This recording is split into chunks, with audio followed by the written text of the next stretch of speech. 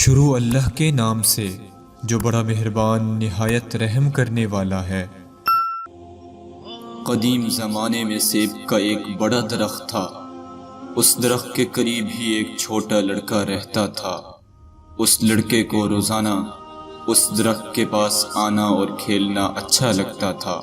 وہ اس درخت کے اوپر چڑھ جاتا اور اس کے پھل توڑ توڑ کر کھاتا اور پھر اس کے سائے میں سو جاتا۔ وہ لڑکا اس درخت کو بہت چاہتا تھا اور اسی طرح اس درخت کو بھی اس لڑکے کے ساتھ کھیلنا اچھا لگتا تھا۔ وقت گزرتا رہا اور لڑکا بڑا ہو گیا۔ اب وہ پہلے کی طرح روزانہ اس درخت کے پاس کھیلنے نہیں آتا تھا۔ ایک روز وہ نوجوان درخت کے پاس آیا۔ وہ مایوس لگ رہا تھا۔ درخت نے اس سے کہا، آؤ میرے ساتھ کھیلو۔ نوجوان نے اس سے کہا، اب میں بچہ نہیں رہا، اب میں درختوں کے ارد گرد نہیں کھیلتا، مجھے کچھ کھلونے چاہیے اور انہیں خریدنے کے لیے پیسوں کی ضرورت ہے۔ اس وقت درخت نے کہا، مجھے افسوس ہے میرے پاس پیسے تو نہیں ہیں، لیکن میرے اوپر جو سیب لگے ہوئے ہیں تم انہیں توڑ کر بیچ سکتے ہو، اس کے بعد تمہارے پاس پیسہ آ جائے گا۔ نوجوان بہت خوش ہوا اور اس نے درخت کے سبھی سیب توڑے اور خوشی خوشی چلا گیا۔ سیب توڑنے کے بعد نوجوان واپس نہیں آیا تو درخت کو مایوسی ہوئی۔ ایک دن وہ نوجوان آیا۔ اب وہ جوان ہو چکا تھا۔ درخت بہت خوش ہوا۔ اس نے جوان سے کہا، آؤ میرے ساتھ کھیلو۔ حسب توقع اس نے انکار کر دیا۔ میرے پاس کھیلنے کا وقت نہیں ہے، میرے لیے ضروری ہے کہ میں اپنے کنبے کے لیے کام کروں، ہمیں رہنے کے لیے ایک مکان کی ضرورت ہے، کیا آپ میری مدد کر سکتے ہیں؟ درخت نے اس سے کہا، افسوس ہے لیکن میرے پاس کوئی گھر نہیں ہے، پھر بھی اپنا گھر بنانے کے لیے تم میری ٹہنیاں کاٹ سکتے ہو۔ اس آدمی نے درخت کی ساری ٹہنیاں کاٹ لی اور خوشی خوشی چلا گیا۔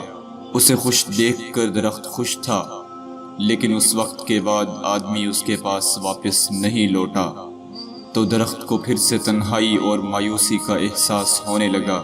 ایک دن پھر جب دھوپ نکلی ہوئی تھی اور گرمی کافی زیادہ تھی، وہ شخص آیا۔ اسے دیکھ کر درخت خوش ہو گیا اور حسب عادت اس سے کہا، آؤ میرے ساتھ کھیلو۔ آدمی نے کہا کہ میں بڑا ہو گیا ہوں اور چاہتا ہوں کہ سمندر میں سفر کروں تاکہ خوشحال ہو جاؤں، کیا آپ مجھے ایک کشتی دے سکتے ہیں؟ درخت نے کہا، میرے تنے سے اپنی کشتی بنا لو، اس سے تم دور تک سفر کر لو گے اور خوشحال ہو جاؤ گے۔ آدمی نے کشتی بنانے کے لیے درخت کا تنا کاٹا اور سمندری سفر کے لیے نکل پڑا اور کافی زمانے تک نہیں لوٹا۔ سالوں بعد وہ شخص پھر آیا۔ درخت نے اس سے کہا، اے میرے بیٹے، مجھے افسوس ہے لیکن میرے پاس اب کچھ بھی نہیں بچا جو میں تمہیں دے سکوں، تمہارے لیے ایک سیب بھی نہیں بچا۔ اس آدمی نے کہا، کوئی بات نہیں، میرے پاس اسے کھانے کے لیے دانت ہی نہیں ہے۔ درخت نے کہا، میرا تنا بھی نہیں بچا کہ تم اس پر چڑھ سکو۔ اس شخص نے کہا، اس پر چڑھنے کی اب میری عمر نہیں رہی۔ درخت نے کہا، اور اس کی آنکھوں سے آنسو جاری تھے، حقیقت میں میں اب تمہیں کچھ نہیں دے سکتا، آخری چیز جو میرے پاس ہے وہ میری جڑیں ہیں۔ اس وقت اس آدمی نے کہا، اب مجھے زیادہ چیزوں کی ضرورت نہیں ہے، اب مجھے ایک ایسی جگہ چاہیے جہاں میں آرام کر سکوں، زندگی بھر کام کر کے تھک چکا ہوں، پرانے درخت کی جڑ ٹیک لگانے اور آرام کرنے کے لیے سب سے بہتر جگہ ہے۔ تب درخت نے اس سے کہا، آؤ میرے پاس بیٹھو اور آرام کرو۔ آدمی بیٹھ گیا۔ درخت خوش تھا اور اس کی آنکھوں سے آنسو جاری تھے۔ وہ بچہ آپ خود ہیں اور سیب کا وہ درخت آپ کے والدین ہیں۔ اس واقعے میں ہمارے لیے نصیحت یہ ہے کہ درخت والدین کی طرح ہیں۔ جب ہم بچے ہوتے ہیں تو ہمیں ان کے ساتھ کھیلنا اچھا لگتا ہے، اور جب ہم بڑے ہو جاتے ہیں تو ہم انہیں چھوڑ کر چلے جاتے ہیں اور اسی وقت واپس آتے ہیں جب ہمیں ان سے کوئی ضرورت ہوتی ہے۔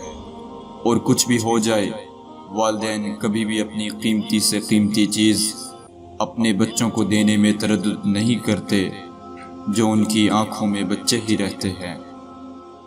اگر آپ کو ہماری یہ ویڈیو پسند آئی ہے تو اس کو لائک کر دیں، ہمارے چینل کو سبسکرائب کر دیں اور ساتھ لگے بیل آئیکن کو دبا دیں تاکہ ہماری آنے والی ہر ویڈیو آپ تک بآسانی پہنچتی رہے۔ ملتے ہیں اگلی ویڈیو میں۔ اللہ حافظ۔